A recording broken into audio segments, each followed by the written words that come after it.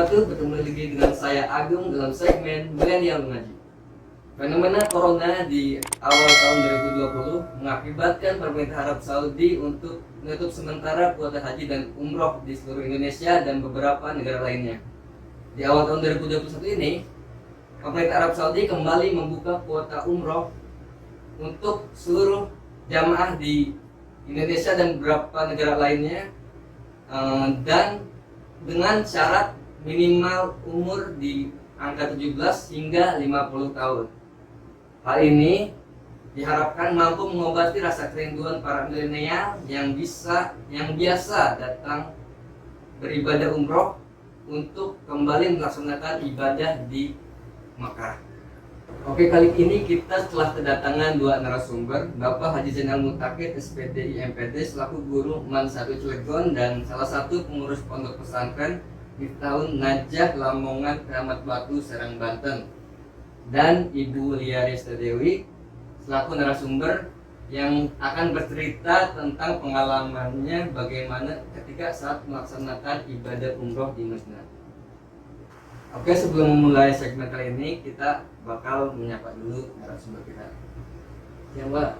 Siang. Ibu, gimana kabarnya, Pak? Alhamdulillah sehat, baik. Ibu? Alhamdulillah baik. Nah, di sini udah kedatangan Ibu Lia yang bakal menjelaskan bagaimana pengalamannya ketika melaksanakan ibadah umroh. Ya baik, terima kasih kepada host yang sudah memperkenalkan kami. Ya sebetulnya sih ini kejadiannya sudah sangat lama. Pada tahun 2004, waktu itu pertama kali saya melaksanakan ibadah umroh. Pada saat itu saya berangkat dengan Azika Travel waktu itu. Kebetulan waktu itu juga saya berangkatnya dengan dua orang artis, yaitu Peggy Melati Sukma dan Teguh Jaki. Yang kita sama-sama tahu sekarang Peggy Melati Sukma sudah hijrah ya. Beliau sekarang sudah menjadi ustazah dan beribadah. Nah, banyak hal yang saya alami pada saat saya melaksanakan ibadah umroh pertama kali yang sampai hari ini saya nggak pernah bisa melupakan.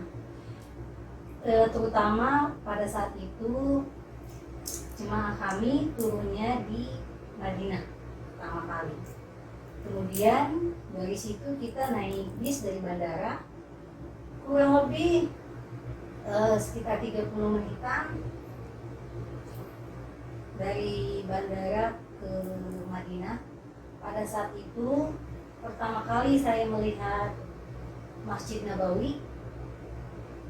Sungguh suatu hal yang menurut saya sangat luar biasa, karena waktu saya masih di dalam bis saya melihat Masjid Nabawi di kejauhan. Entah kenapa pertama kali saya melihat masjid tersebut ada sesuatu getaran yang luar biasa yang saya rasakan, yang itu membuat dari mulai ujung kaki sampai ujung rambut saya itu merinding, dan seakan hati ada yang bertanya, mau apa ke sini? Pada saat itu saya langsung meneteskan air mata karena saya nggak bisa ngejawab. Kemudian kita masuk ke hotel dan kemudian mempersiapkan diri karena waktu itu kita nyampainya sudah mau menjelang subuh. Pada saat azan sudah terdengar, karena di sana kan azannya dua kali, yang satu memberitahukan bahwa masjid sudah dibuka, yang kedua baru nanti azan yang itu sudah waktunya masuk sholat subuh. Jadi waktu itu pertama kali saya masuk menyiapkan kaki ke Masjid Nabawi, saya mengalami hal yang dua kali lagi. Ada sesuatu di hati yang saya nggak tahu kenapa yang pasti bergetar. Dan pada saat saya sholat sunnah tahiyatul masjid yang pertama, itu pada saat saya membaca surat Al-Fatihah, nggak tahu kenapa saya menangis. Seakan-akan ada pertanyaan dalam hati, mau apa kamu datang ke sini? Dan jujur saat itu saya merasa bahwa saya ini adalah manusia yang punya dosa, yang tidak ada artinya sama sekali, yang hanya seperti butiran debu di mata Allah. Dan saya sangat bersyukur saya bisa mendatangi Masjid Nabawi, saya bisa sholat untuk pertama kali, dan seumur hidup disitulah saya lalu merasakan sholat sambil menangis sampai dengan saya mengucapkan salam yang terakhir. Saya nggak tahu, yang pasti seakan ada sesuatu dialog yang terjadi dalam batin saya yang itu nggak bisa saya ungkapkan melalui perasaan atau melalui kata-kata. Dan yang lebih membuat saya semakin merasakan begitu besarnya Allah, begitu agungnya Allah, dan saya merasakan bahwa saya hanya manusia yang penuh dosa, yang tidak memiliki arti apapun di mata Allah.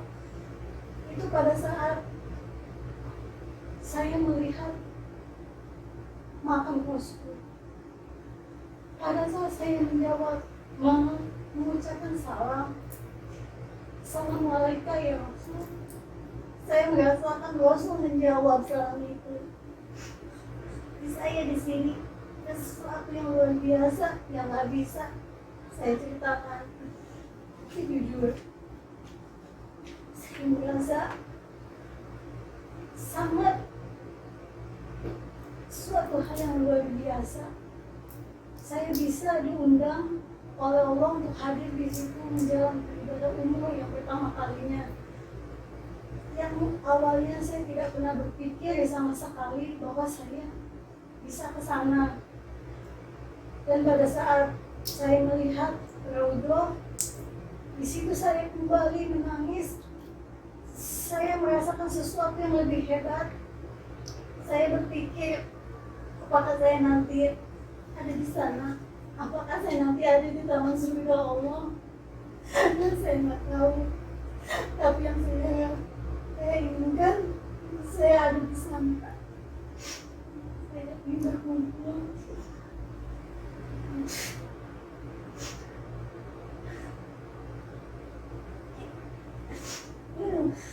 Walaupun kejadiannya sudah lama, tapi ya itu yang saya rasakan.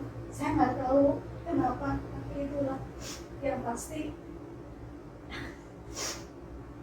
Saya ingin selalu ke sana. Itu aja.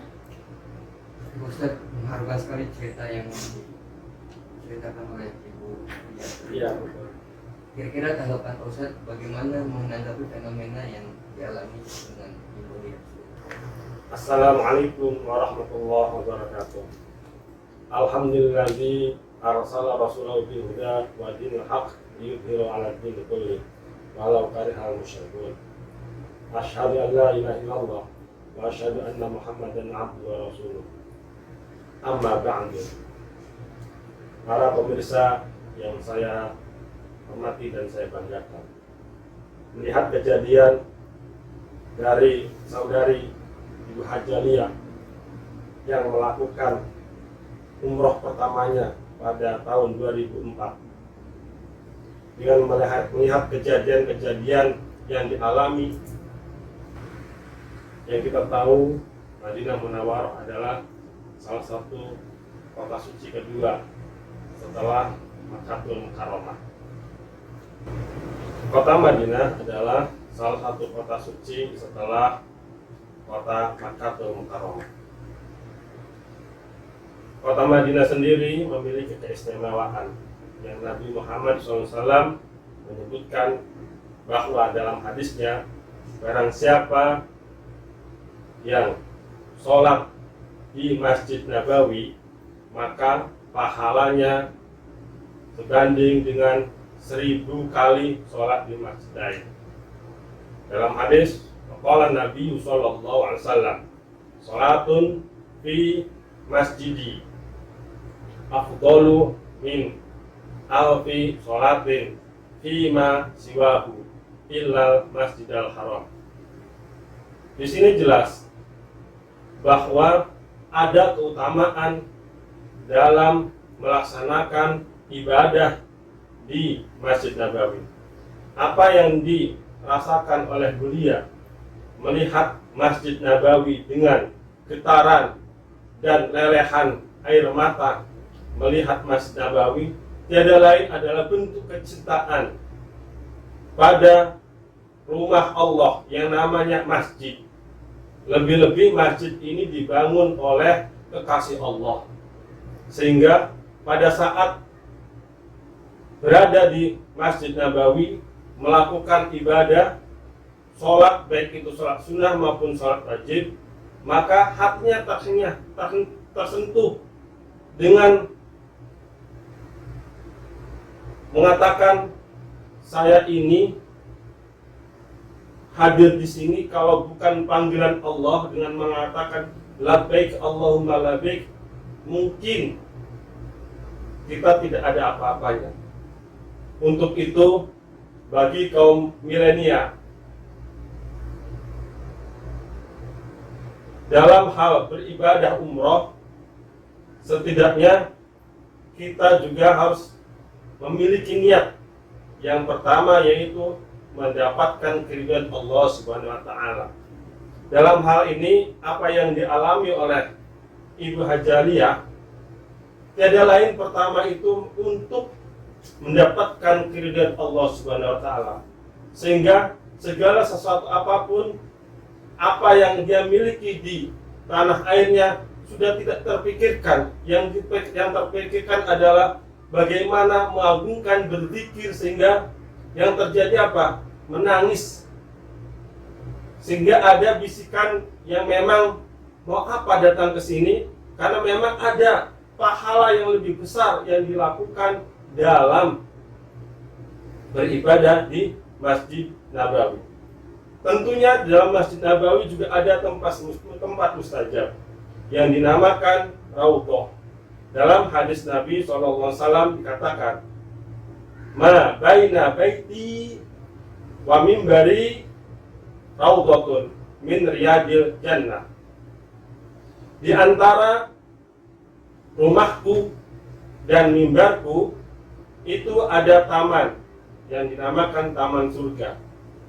Lebih-lebih kalau kita melaksanakan umroh pas pada saat kedatangan di Bandara Madinah untuk yang pertama kalinya, kan ada dua, bisa melalui Bandara Madinah atau bisa melalui Bandara Jeddah.